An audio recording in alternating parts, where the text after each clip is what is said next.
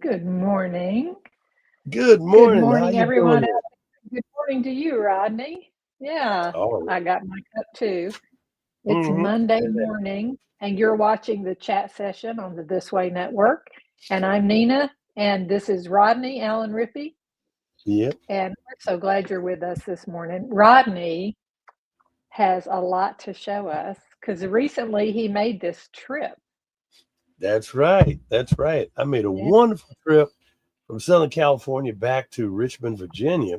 And today's subject really is preparing all communities for a brighter tomorrow. And so a lot of people are wondering, how is it? Where is this coming from? Well, as we all know, our wonderful President Trump has the bigger, better budget. And so he is making some big, huge plans. And I believe, from the best of my understanding, he's just wanting to get everybody revved up and back to work because he believes to make America great again, we need to be cranking, we need to be Mm-hmm. working. And that means every able bodied person in the United States activated and rolling. And so I was actually happy to be a part of something that actually took place at wonderful Virginia State University. And what actually happened, this is a collaboration between the West Point Society of Richmond and STEM Innovation Networks. This is kind of like an offshoot arm of the federal government because what they are wanting to do is get young people and adults pointed towards STEM. And a lot of people says, well, what is STEM? STEM stands for science, technology. Well, actually, it is STEM, STEM, science, technology, engineering, and math. However, as time has went on through education, it's now expanded and it was STEAM, science, technology, engineering, the arts, and math. Now it's evolving again because it Mm-hmm. is called STREAM.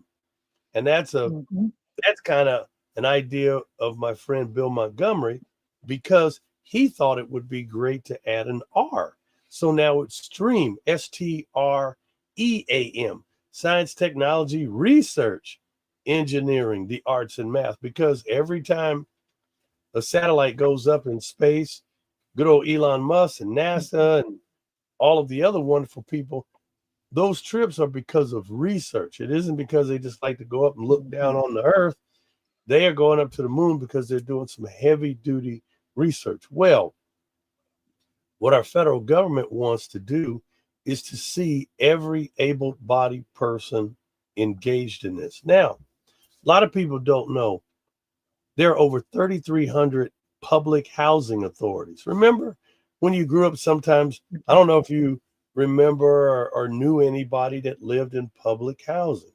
I Sometimes, did, yeah.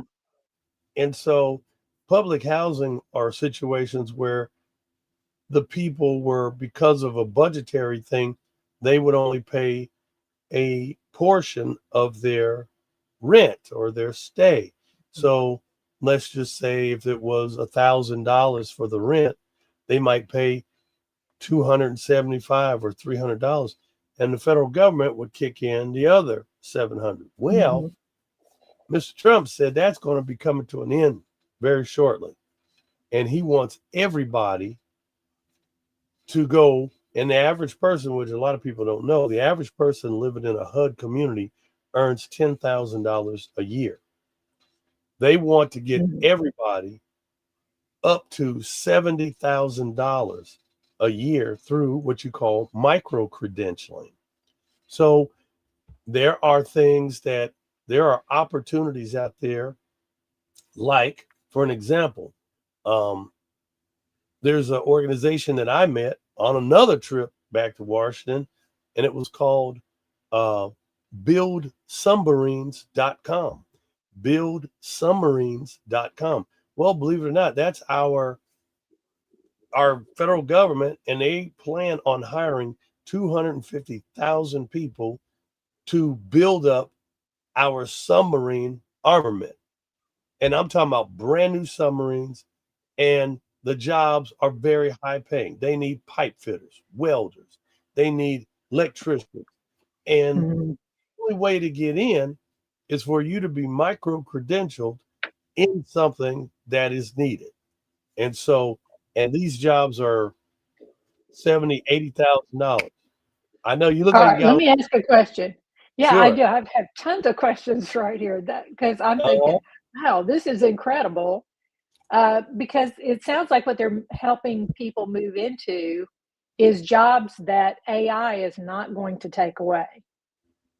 So there's some that's job correct. security there, right? There is some Because serious there's no job way security. for AI to do the welding or the pipe fitting or the. So is Rodney Well, is the yeah. Well, I mean, oh, don't tell me truthfully, there is. no, I hate to tell you, Okay. they've they've got some machines that could do some serious welding too. But the problem is they still need tradesmen and Hmm. tradeswomen or journeymen and journeywomen to get engaged. Really, they want people to be activated. And Right. I was privy So to a is that what micro credentialing is? Is we're talking about the trades? yes, and it is actually Okay. learning something, and it may be AI driven. You don't have to understand all of AI. Just understand one section, one Hmm. sliver. Master that through a 3 or 4 month training, and now you could be employable at 70 or $80,000. Wow. That's a It's a big wow. it's a big wow. So imagine going from, and see, sadly, you know, you hear these stories, and when you start talking about public housing, there are people who say, well, my grandmother was in public housing, and my mom was in public housing, and I'm in public housing. Now you're looking at 3 generations who have been Mhm, in public housing, and people are starting to be mhm, concerned. And our good old president is like, that won't be happening for a 4th generation. So mhm, people, there's a quiet alarm that is ringing, and there is a clock, a 2-year clock mhm. that is ticking down. And in 2 years, a lot of the things that we know or relied on for many years, a lot of people don't understand that some of these programs were established, like the housing and things. These things have been established for 40 years. They are going to start Mhm. to downsize. I just talked to a gentleman yesterday. He goes, Rodney, I grew up in a housing community. He goes, that thing's gone. He goes, that thing's got high rises standing on it now. And I Mhm. was like, really? Mhm. Or very high end mixed use condos. And he Mhm. goes, and the people who Mhm. used to live there cannot afford to live there. They're gone. They're completely displaced and gone. And I Mhm. was like, so people worry about things like gentrification, and people are looking at all of these things. Good morning. Good morning. How you doing, AC? And everybody, we're just saying a quick hello to everybody making our rounds. Good morning, Elvira. Hey, Elvira's here. Amara, yeah. Hey, what's going on, Elvira? Elvira's here, and a lot of great people. And so I actually have an invite. We may get a boop, and it might be Mr. Bennett, because Mr. Bennett is a colleague of mine, and I actually, he is a dear, dear friend of mine, and he was the one who invited me to Virginia State. And again, this was a collaboration Mhm. between West Point Society Richmond and the HBCU, the Virginia State University. And so this was a pretty cool collaboration. Now, one of the things that were happening, there were two local housing authorities that were near Virginia State University, West Point, and VSU invited these two housing authorities in to bring the parents and the little children so that they could experience high level technology at the campus. And so I was really, really excited because being there, I was part of this. We were there at the Department of Engineering and Technology, there at Virginia State University. Wow, let me tell you something. These young people were so sharp. They were computer science majors, they were engineering majors. They are the future. And so they wanted these small children from the housing authority to be able to visibly see technology so it could get their little minds rolling so that they could say, Mhm. oh, how can we do this? I Or want to do this looks like, that. Yeah. oh, yeah. So here's an example. This is me with a good old robot that was there. This is what they Oh, call a my. robo doggy. And this thing, Nina, was incredible. To see this thing actually do what it was supposed to do was pretty shocking. And there was a young man who was the computer science major or graduate, and he's coming back. He's going to go off to get his doctorate so he can come back and be a professor. Young man. I mean, this brother probably wasn't, but I don't know, 20 some years old, and he's coming back to be a professor at Mm. Virginia State University. I was blown away, and I was like, hot diggity dog, this guy is pretty cool. Let me show you something. This is going to knock your socks off. This is what two housing authorities, the youth, were able to see up close and personal to inspire them in stream. Here we go.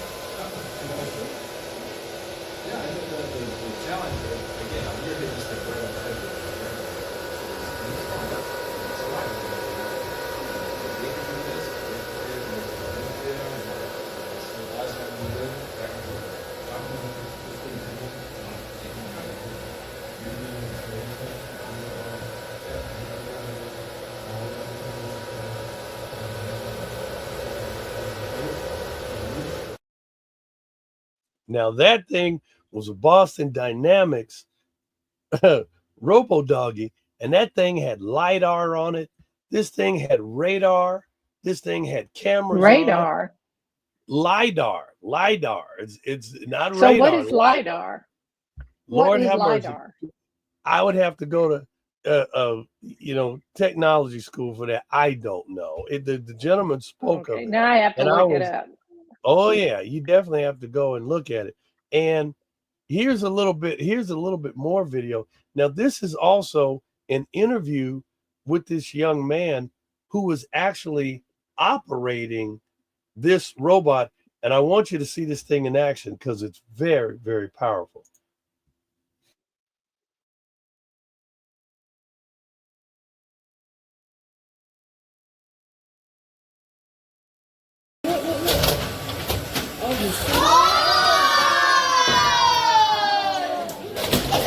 It just holds the door. Okay, yeah, that was cool. Open the door for us. He's like a good doggy. You're a good boy. Okay, now I want to see. Don't open it.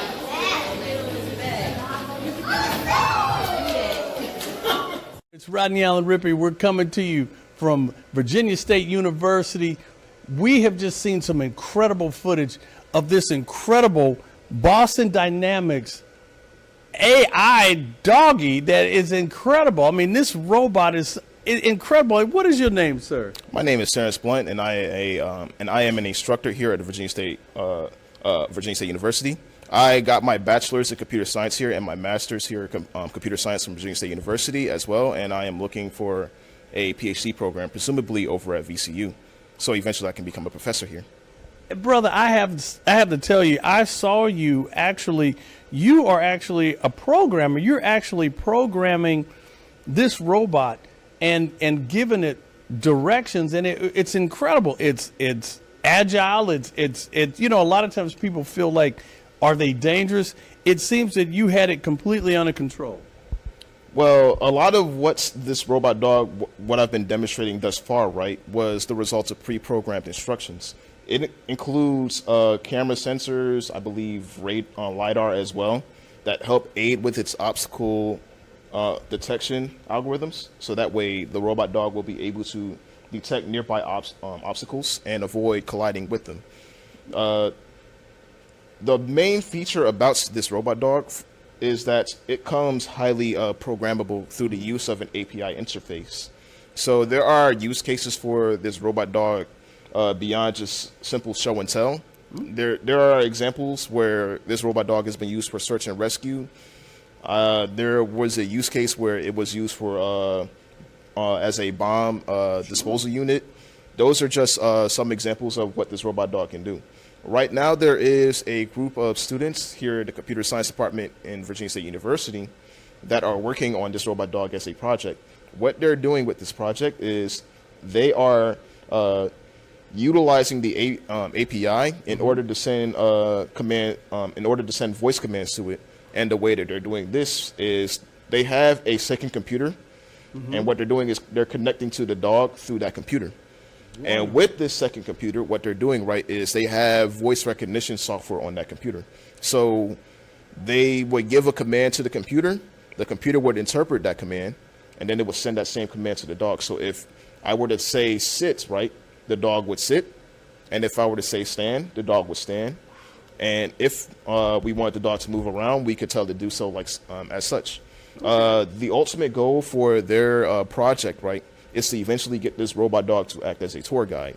So if someone were, like a guest, for example, were wandering around campus and they were lost and they were looking for a specific room or a building, they could come talk to the dog, and the dog would be able to respond and follow and guide them to exactly where they're trying to get to. Wow, this is incredible. I mean, and so would you say the next career opportunity, I mean, someone has to maintain it, someone has to program it. Where is the first steps for a young person who says, I need to be involved with this cutting edge technology? To be more specific, do you mean building the robot dog or programming Just maintaining it, programming it? Oh, well, if you are looking for a start in being able to program stuff like this, I would recommend coming to the Virginia State University Department of Computer Science, where we do a lot of work teaching our students how to become better programmers and preparation for the workforce ahead of them. Wonderful.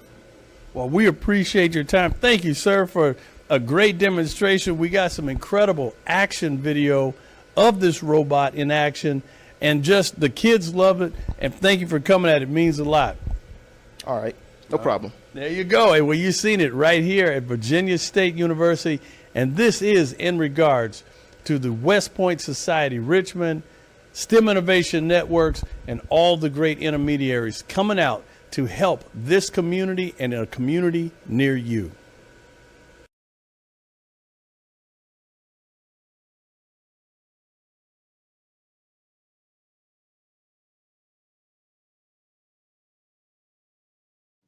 So Nice video, Rodney. Thank you. well, yeah, well, I actually did a series of approximately 26 interviews with people like him, and everybody loved it. Yep, that's right. Cool robo doggy. That's right.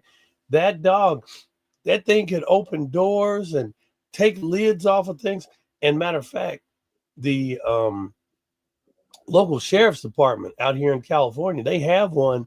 That thing, that little robo doggy is one tough hombre, because they will send that thing into a house, and that thing is equipped with a gun, and that thing can shoot you. If that thing walks in your, oh yeah, oh yeah, that they've got different apparati that they could mount on that thing, and the guy sitting there in the safety of his car can walk that thing, and it'll open a door and walk in the house, and this thing's looking around. And if anybody jumps out, it kind of lights out for you, because that thing could just, and yeah, just kind of science fiction stuff. You don't want to look at that. And Yeah. so, Well, I'm sitting here thinking, okay, there's a point right there. Like with all technology, uh-huh, in the wrong hands, that's pretty scary.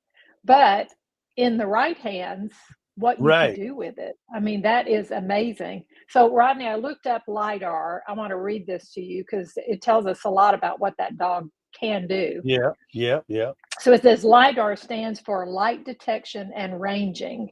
It's a Right, remote sensing technology that uses laser light to measure distances to the Earth's surface. It operates right. by emitting laser pulses and measuring the time it takes for the light to reflect back to the sensor. This method allows for the creation of precise three-dimensional models of the environment. Right. So, and then it went on to say some of the applications are they use it in mapping, they Uh-huh. creating high resolution topographic maps in forestry, Hmm. measuring vegetation height and density. You can Yep. imagine what that would do, for helping fight forest fires, for one thing. Right. Archaeology, discovering and mapping ancient structures. Yep. I've often wondered, some of those ones we've heard about that are actually below the ground, Well, and that's they right. haven't dug them up, but they know they're there. And I thought, how'd they know that? I bet it's with something like this. Right. Coastal management, analyzing shoreline changes and flood risks, and autonomous vehicles assisting in navigation and obstacle detection. And It, there are some that are mounted on aircraft and they're used for large area mapping. And then there are terrestrial LIDAR, which is ground based systems for detailed scans of smaller areas. yep. That's really amazing. I'm Well, just thinking about all the possible things you could use that for. and see that little robot that was walking around, it was using LiDAR basically because the one thing is you don't want something walking around and bumping into things and hurting itself and falling over Hmm. and having a bunch of problems. And Hmm. that's really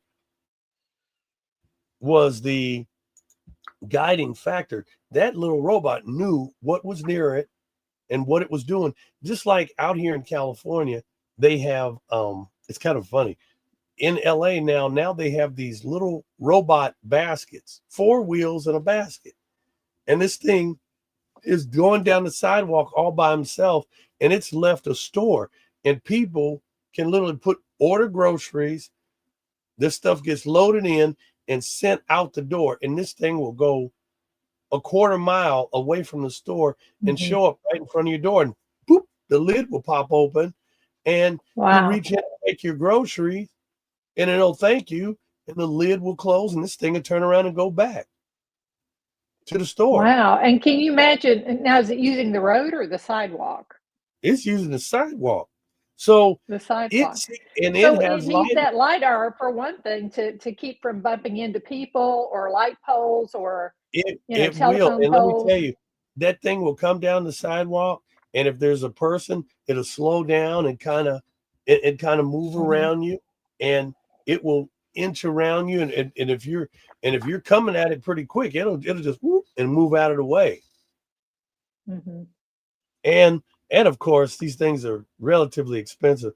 There's some goofy people who've tipped them over and stuff like that. I wouldn't do that if I were you, because mhm, you're on camera. That thing is constantly on camera. So if you touch it, it mhm, already been ID'd. If you get near that thing, it's recording you. It knows who you are. So mhm, technology is something else. And um, the neat thing about it is um, you see these things where people are um, utilizing this type of technology. And here's another point. This lady made a comment and said, "Oh, I don't like AI. It's going to take my job." Well, what they're saying now is, yes, AI can potentially take your job, but you don't have to do that. If you understand it, if you start studying and figure out, well, my job does this, what type of AI could impact my job? And if you mhm, start looking at that, you need to say, okay, I need to get with AI because when this thing starts to kind of muscle in and trying to be tough guy or tough girl or whatever AI is, you want to make sure that you know how to control the machine. And see, somebody's got to control this stuff. Somebody's got to program it. This is what the high paying jobs are all about. And there are so many things that are happening. And again, the whole point about this is for every community all across the nation. And they're starting, you know, in the mass media way, but there is a need for it to be really, really niche and inside these housing authorities, because the resident mothers or the people or the executive directors, they need to be sounding the alarm and telling everybody, and all of this information that's out there, they need to be training people. They need to have their community center open at these housing authorities and constantly every day, every night, every weekend running programs and bringing in people to say, hey, do you want to know about AI? Oh, hold on, don't fear it. Do you know, if you know AI and you're an accountant, this thing is your friend. You need to learn how AI can help you in accounting. Instead of you having to sit there and number crunch and keep all these numbers together, you give that stuff to AI. AI says, oh, I got it. And AI is called world knowledge. So it's all the knowledge of the world, all the knowledgeable people who've ever created stuff and built stuff. That knowledge is sitting out on the World Wide Web. Well, the whole thing about AI has just harnessed that knowledge, or has captured it, and now it is usable in packets. And so if you say, well, how does AI work? You know, man, I tell you, they have programs that, you know, you could take a video and run it into an AI program and it cleans it up. If there are pictures that if you want to cut somebody out or cut a background out, you give the picture to AI, a couple seconds, it spits out things. They say AI now is really good because people going into business meetings, they now have programs that will listen to the meeting and spit out a transcript. So as soon as the meeting is over, this thing has spit You out have all the notes. Yeah. all the notes, everything that was said. So, you know, some people are terrible at taking notes. Well, if you have this AI ability, you can just say, well, I'm going to listen, then I'm going to go back and study the notes. So there's a lot of really neat things there that we can do. I can tell you one thing. Yeah. Yeah, one thing I used AI for Uh-huh. when my brother was here, when he was getting his cancer treatment.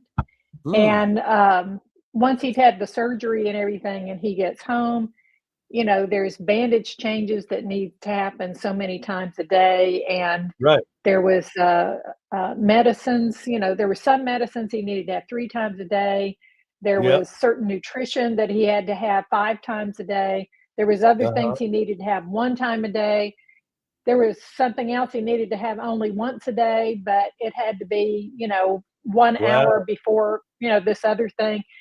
And we were trying to find a routine, you know, where Right. we didn't feel like we were just tethered to this paper and trying to figure it out all the time. Uh-huh. And I put all the information into Chat GPT, and I Wow. said, he needs to have this medicine once a day, an hour before this, and he needs to Right. have this medicine 3 times a day, et cetera, et cetera.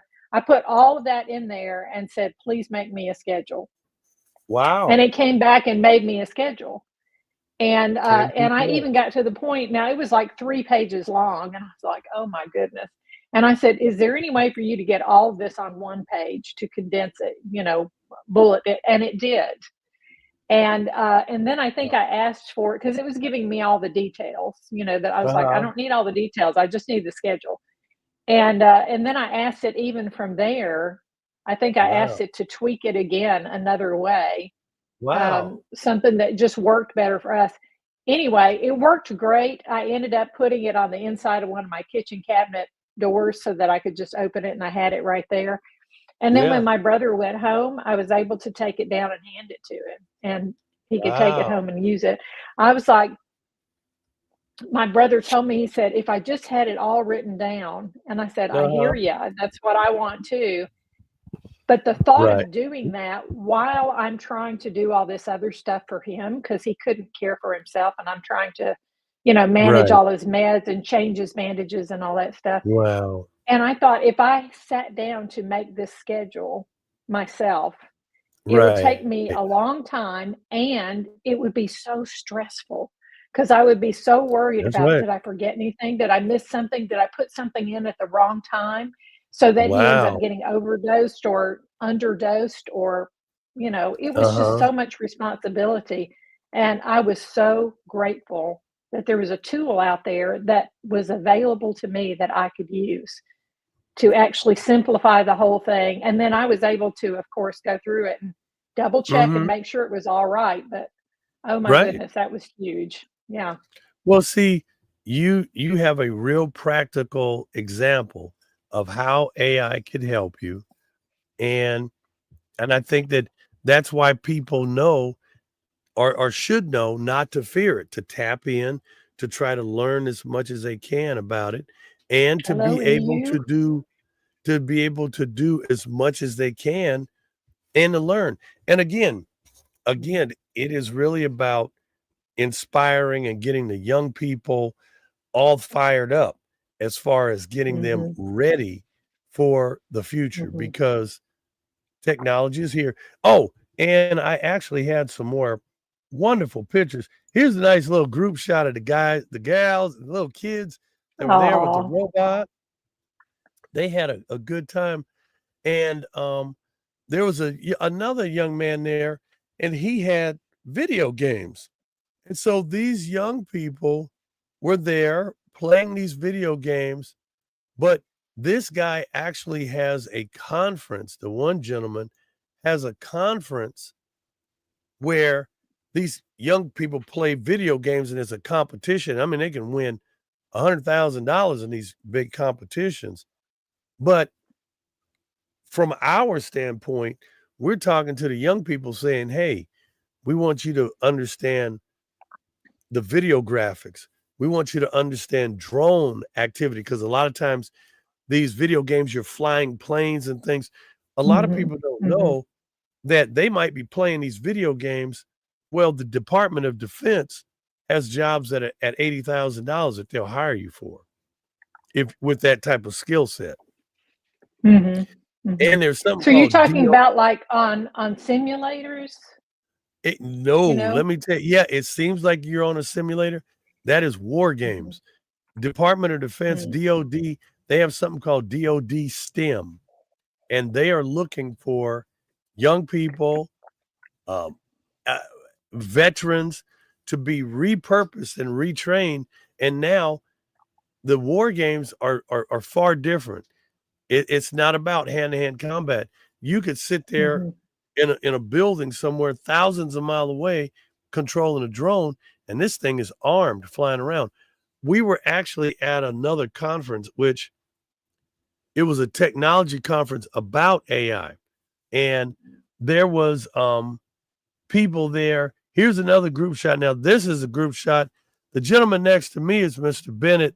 He was, he was representing West Point Society, Richmond. The lady next to him in the kind of with the sunburst on her shirt, she Mhm. was the Mhm. executive director from another housing authority. The gentleman behind him, all of these people were dynamos.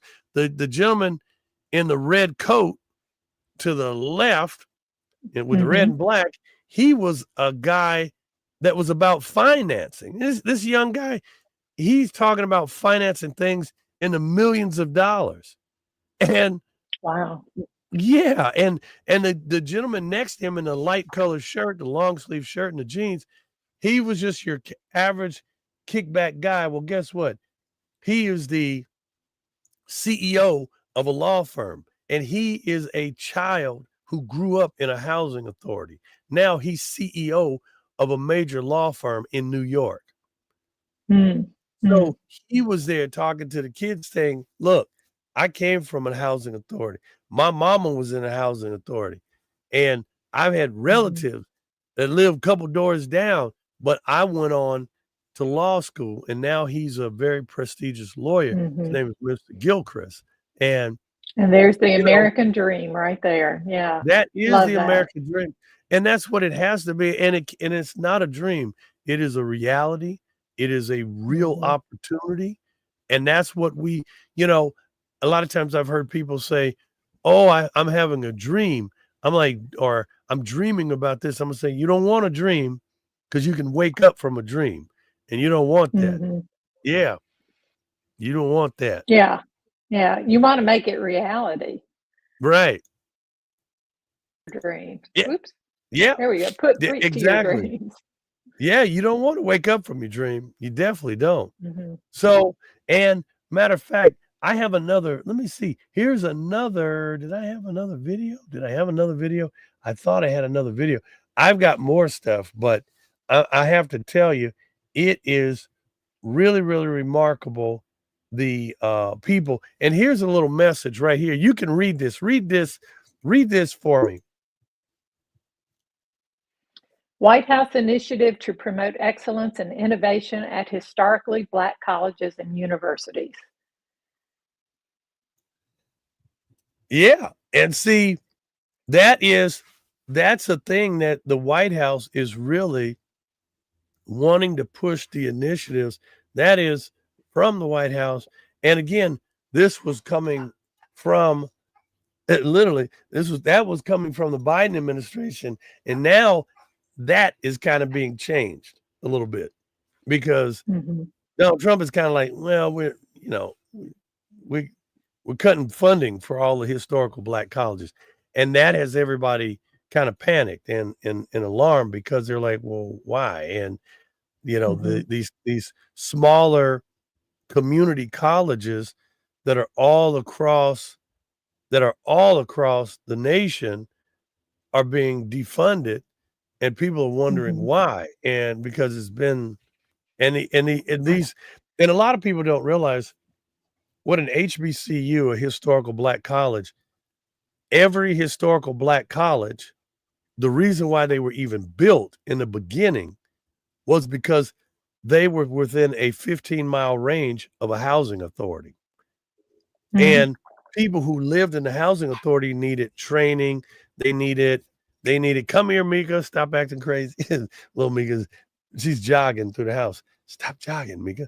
Anyway, and she likes to, anyway, but what happened is these housing authorities said, well, we want our residents to be able to have access to higher learning and to be Mm-hmm. able to go on from high school, but they don't have the wherewithal to travel long distances, and they're not going to leave because just for circumstances. So these historical Black colleges got built near these Mm-hmm. communities where Mm-hmm. the people were, and just because it's a HBCU doesn't mean like only Black people can go there. There's a lot of people of all nationalities that go to historical Black colleges because they just live close to these campuses. So Mm-hmm. it's one of these things that we're Uh, looking at. Uh-huh. yeah.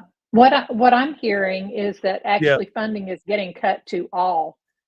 Well, maybe not all, but a lot of colleges, not just historically Black colleges. Right. Well, they So, are. That's yeah, and I think one thing that's happened is the administration has been looking at what the mhm. public is getting in return for all the federal Right. dollars that have been invested in the colleges. And Mhm. tuition keeps going up and up and up. And yet, so many kids are still unemployable when they get out of college Well, because and they're not see, learning what they need to learn or right. because yeah. So And I that think they're looking at all that and they're saying, you know what, we're going to take away some of this funding and we're going to right. try to induce colleges to actually become competitive again. as far as Yeah. supplying the kind of learning and educational experience that is actually going to Well, create jobs or help people get jobs once they get out of college. well, Something useful. they're bringing back the trades because I'm telling you right now, it is necessary Mhm. to have the trades, and you know, and it's funny. Yeah, it's I was talking about Mika jogging around. Some he to bring him water. Oh, that's funny. Well, yeah, exactly. Well, With I have water honey. and honey. Yeah, exactly. It's a good thing. But but exactly one of those things is but I'm so excited. I really am because now is the Mhm. time for people to see exactly what's going on and to be able to experience things. Mhm. Um, I mean, when you start talking about technology, um, there are things out here that are just mind blowing.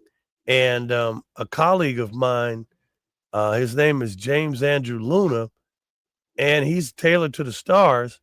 And James has created something called Legally Blind, Legally Blind Clothing and Products. And so this is one of the things, Legally Blind Fashion Line. This is something that we're working on together. And think about this. Picture you see this wonderful hoodie in a sporting goods store, but you're visually impaired and Mhm. you really don't know the color, you're colorblind, or you may just be Mhm. visually impaired. Well, now we're Mhm. going to create tags that have braille on them. And now Oh, people can wonderful. literally feel and know, oh, this is Mhm. green. Oh, it's a hoodie. It's this size. That's what I want. Mhm. And Mhm. so we're looking And at, even know, maybe even uh know the here's what this hoodie is made from. Here's how I need to everything. launder it. All That's that. That right. would be fantastic. That's right. That's right. And so we're looking at we're looking at some really neat technology, and we're looking at how we can open up the consumer market for the blind Mhm. and visually impaired. And Mhm. so here's an example. That's me holding a 7-Eleven Fusion can. This is one of their energy drinks. You shouldn't be drinking too many of them, of Mhm. course. But my goal is to start to reach out to some manufacturers because when they stamp those cans out, imagine if that can had braille embedded into it. Now, Mhm. a person who's visually impaired holding that can will know, oh, I'm having this flavor, I'm having this product. So we are about ready to rock and roll on some major groundbreaking opportunities when it comes down to the blind and visually impaired. My colleague, Mhm. James Andrew Luna, has a working relationship going together with the Orange County Braille Institute. And we're Mhm. looking at hosting a car show and toy drive and food drive, hopefully here on December 20th. And so it's we're because a lot of people are hurting right now. People are hurting big time, and this holiday season is going to be tight for many, many Mhm. people. And a lot of people, Mhm. they are like looking at their children and they're like, we got to get it. We're going to have a creative Christmas, you know, Mhm. because mom and dad are starting to think about, well, do we need to go out and spend a couple $1,000s on toys and la la la for the holidays, or should we be holding these dollars in case of an emergency, you know? And so Mhm. these are things that are coming up, and I'm Mhm. pretty excited. I'm pretty excited about things because of all of the people that I am meeting across the board, and as we keep pushing towards this new movement in technology. And so my colleague who's been on the show, Bill Montgomery from the Hidden Pioneers, he's looking at creating a curriculum for young people and adults called the pocket computer. And as we all know, these are not cell phones. That's These right. are pocket Pocket computers. computers. That's right. And what's happening is we are very, very dependent upon these pocket computers. And if you lose it or misplace it, don't you panic a little bit? Yeah, you kind of panic a little bit. Have you ever lost your phone? Yeah, because now that's right. Our whole lives are in there now. Right. And so, but at the same time, we need to get back to strengthening our minds and not being so dependent upon these phones. Just for our viewers out there, remember back in the day, you could remember 20, 30 phone numbers. I have to admit, I started thinking about that and I'm like, man, how many phone numbers do I actually remember? And I mean, that is scary. That's a good point, Rodney, because think about this. If you ever lost your phone and you needed to call a relative or whatever in an emergency, can you imagine being able to borrow someone else's phone, but they don't have your relative in their contacts? No, And they if you don't. can't remember that number, you can't call them. And see, this is a whole nother thing that we need to get ready for in emergency preparedness. They are saying, you need to have so many things prepared. I mean, not to, worry you, but we all need to be prepared. And just like you're saying, what if? Do you have a little black book with, phone numbers in it? Come here, pad. I think I had a little pad. Yep. You need one of these bad boys. One of these good old little notebooks that in the event that something is going on, you keep this on a shelf somewhere that has all your critical numbers. Maybe make 2 or 3 of them. Put one in the house, one in your car. So maybe you can't get to the car or get back to the house. And make sure that you have a handwritten, some type of system that is completely off grid, so that if you need good old fashioned phone numbers, you got them. You got something. So please. So here's a tip. Yeah. Here's a tip. If you've got a laptop or a computer, my mom typed it into a document. She shrunk it down really small. Yeah. Okay. She printed it out, and you can take it somewhere and have it printed. She happened to have a printer. She printed it out. She made multiple copies. She, what do you call that? Where you cover them in plastic? Laminated. That's it. She laminated them. She gave one to each family member and said, stick it in your wallet. And it had all the family members' phone numbers on it. That's so wonderful. We all had that. Yeah. Yep. And believe it or not, if you take something the size of a card, you can put quite a few numbers, the most important numbers. You sure can. And, you might need to think about that, people, having some kind of fail safe and backup plan. And that is the whole thing. And yes, AC, the Braille Institute is really awesome.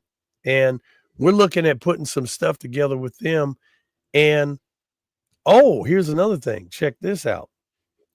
We have talked to a restaurant out here, and they are considering putting Braille in their menus. So now, I love that. So now people who are visually impaired, and so this may become a thing that we take to the state, and we hate to kind of, trigger that, but it might be a thing that this might have to be a compliance thing, because the blind and visually impaired, if they walk into a restaurant, they don't, how they are don't they have order? accommodations. Yeah. They don't have reasonable accommodations. Unless they can get the waiter to come stand there and read them the menu, Yeah. So there's a lot of neat things going on, and I'm really excited about what came of this trip. Um, really, it's just the people we met, the young people, they were wonderful. Um, we were able to go to also, so we went from Virginia State University and we took a collection of kids in a van of 8 and we went to New York City to the financial district. So now these young people were able to sit in the financial district of New York and partake and be part of this brain trust, this meeting where we were all discussing about things and trying to plan. And it was really, really Mhm. amazing. Again, that was a big thank you to um, the STEM Innovation Networks and the West Point Mhm. Society of Richmond. And these young people were able to really engage and see something different. And so we made this trek from Virginia all the way to New York City, and we had a meeting and turned around and came all the way back. And boy, I was pooped. I was really pooped. We had some serious driving, but the young people will never forget that trip. And we had a really, really good time. Really, really I good love time. that. I Yeah. love that. Thank you so much for telling us all about your trip. I've been waiting to hear this, and it Yeah. sounds like it was a great one, and that you know, a lot of people learned a lot and were inspired, Well, and I hope. that's very encouraging. Yeah. And remember, people, don't panic because, you know, get involved with AI, get involved, start looking at how can I learn more? Mhm. What can I do? Mhm. And you know what? You might find this one little thing and how to use, Mhm. Chat GPT or AI in your favor. Listen, And now, yeah, yeah, and let me point out something. Let me point out something. sure. I know it's all new to us and it feels scary, Uh-huh. because it seems like, oh my goodness, that could just get out of control so easily. Well, just 30 years ago, Right. these were scary too, Right. because people didn't have them. We didn't have That's true. smartphones yet back then. And it felt scary to move from the rotary phone or the push button phone to this, and to know Right. that there was so much more it could do. And now we feel like we can't live without them. They've been so beneficial in so many Yeah. ways. So open your mind to this instead of just saying, no, I want nothing to do with it. Start Right. saying to yourself, okay, maybe it is a good thing for me, even with my concerns, to come into this space and help contribute um, my thoughts about security and et cetera, while I'm learning this to help other people stay safe too, while we're Well, using this.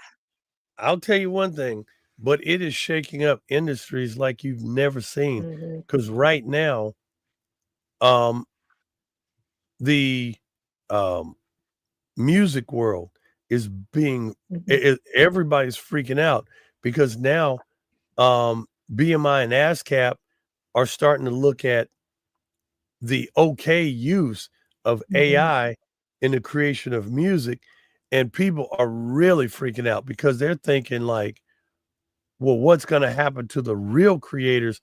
Because now mhm, people are taking, like, they're going to AI and asking, hey, give me this kind of beat with this, and this thing is putting music together. So now mhm, engineers who used to do all this stuff are sitting here watching AI spit out a music track, and then people are singing on these things and they're cranking out songs. And so now mhm, people are very, very concerned about that.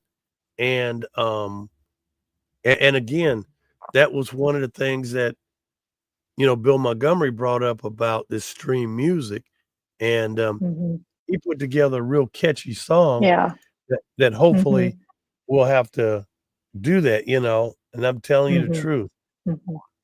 Yep. I think all of us need to, the thing we all need to be prepared for and get used to is to Uh-huh. stop thinking in this mindset that we've all had about, I get trained in a certain thing, I do this job my whole life, and then I retire. Instead, we Right. should be thinking, I get trained in this certain thing, but I'm going to keep on being trained and keep on Right. learning my entire Yeah. life so that I can adjust, so that I can pivot, so that I can keep up with it, what's coming up, and still have a part in it Well, let me because share I'm one still last learning. let me share one last thing. I went to the CX Summit, CX. That was this Hmm. big, huge conference for AI in Washington, D.C. And this was the whole of government. AI is now looking squarely at the federal government. And think about, hypothetically, just think about you and your whole person, your name, your phone number, blood type, where you live, where you work, where you pay taxes, where your car Hmm. registration, all of that information is being filtered into your profile. And what they're saying is now, to stop redundancy and problems and misinformation, AI is being there were companies there that were looking at the federal government saying we can cut all this waste, because there are a lot of applications that get filled out, and once you fill them out, they get approved by a person sitting here reading this thing line by line. They're getting ready to Hmm. kill that. And we, some people are like, "Ugh, I'm gonna gasp," because when you hear, Hmm. oh my goodness, there was a guy there from General Atomics. General Atomics, they are the people who built the Doomsday drone that everybody's Hmm. kind of like, I don't like that thing flying around me and taking my picture, and Hmm. that's not right. General Atomics, you know what that guy told me? He goes, I'm with the team that sends this thing up. And everybody was looking at this guy like, doo doo doo. And the whole thing is, that guy said, we have no clue how powerful AI is. And when this guy said what I'm about to tell you, I was like, wow. He said, and I quote, General Atomics has done enough research where they have fully autonomous 747 jets flying coast to coast, unmanned. And he says they have 9 million hours logged of no problems. And I'm like, Wow. so I hate to tell you this, folks, you might look up in the sky and that UPS plane flying ain't gonna have nobody on it. It is gonna be fully loaded with cargo, and that thing has a computer that understands everything. It's understanding wind speed, where the foils are set on the plane, what the Hmm. engines are doing, engine temperature, what's ahead, lidar, everything. It's Hmm. calculating all of this stuff as it's flying. Hmm. And so a lot of people are like, and when he said, he goes, listen, you think you freaking out about drones. He said, we got 747s flying around, and it got 9 million hours logged. 9 million hours logged of That's various amazing. size planes, from drones to Hmm. 747s, Hmm. helicopters, and everything else. And I'm like, Lord have mercy. And so this is where we're going. Matter of fact, they brought up, one gentleman that was at the CX conference was saying they ran he was part of the prototype of having packages delivered by drone. And Hmm. he wants to be one of the first people. So soon, just like that little basket coming down the block, Hmm. you might be out there and here comes a drone, and it will text you and let you know it's coming, and I'm 5 minutes away and 3 minutes away. Are Hmm. you there? Can you text and confirm? Yeah, I'm at home. Can you please walk outside? And this doggone drone lands in the front yard, leaves your package, and takes off. Wow. That is the type of stuff that is coming. Wow, that is amazing. So That's I had really a wonderful amazing. time. Had a wonderful time. I got more video Mhm. and things to show. Yep. And here's a little Squirt. Hi, Squirt. Hi there. Hello. Hey there, Yeah. Mika. Hi, Mika. Stop it. Stop. Nope. No need for kisses. All Stop. right, Rodney, I'm going to issue a challenge to Nope. you. Yes. What's that? Next Monday is December 1st. Yep. So we're coming into the Christmas season, right? Yep. The holidays. Jingle So bells. I want to issue you a challenge. I want you to start now making a list, and I'm going to do the thing. And next week, we're going to have a show about Yep. Christmas gifts, good Christmas gifts that you would want to get that you can actually purchase for under $20. Hey, nice deal. Nice deal, Yeah. huh? You Yeah. want a And we'll bone? give y'all some ideas. You want a new leash? Yeah. No, For no the need for holidays. kisses. Yep. Yeah. I think she wants a new. Christmas She gifts might that you would want to get for Christmas under gifts. $20. Yeah. Oh, okay. Well, I look forward For to under that. $20. Wow. What about $20 gifts for you? Yeah, I think she wants a $20 Yeah. gift. Okay. Or under. Remember, it doesn't even have to be that much. Under $20 $20. and under. Yeah. Okay. I think we should have a category of under $5 And is that for next week? Is next that for week. next? Okay, Yes. everybody, get ready. So, hey, listen, everybody. Thank you for watching the This Way Network, the chat session. We love you. We really appreciate your support. Make sure you tell a friend, tell everybody to log on every Monday, 8:30 a.m. Pacific time, 10:30 Central, and 11:30 Eastern. There we go. Yeah, 10:38. Yeah, there we go. Make sure you guys log in. Oh, come on, Mika, stop. And we want to make sure that you are watching next week because we're going to look at, thank you for the kids. Thank you. And we are going to try to make sure that we have a great kickoff to the holiday season because, yes, you can get some really awesome stuff for under $20. Really great gifts. And I'm thinking of some stuff that I want that would be under $20. All right. Yeah. Ready to go for a walk? Okay. Yep, I know. She's ready to go for a walk. Well, everybody, that's going to wrap it up for this week. Stop, Mika. Everybody, that's going to wrap it up for this week of the chat session. And Nina, close us out. Y'all be of good courage. God is with us, and we aren't alone. Bye, everybody. God bless. Have a great week.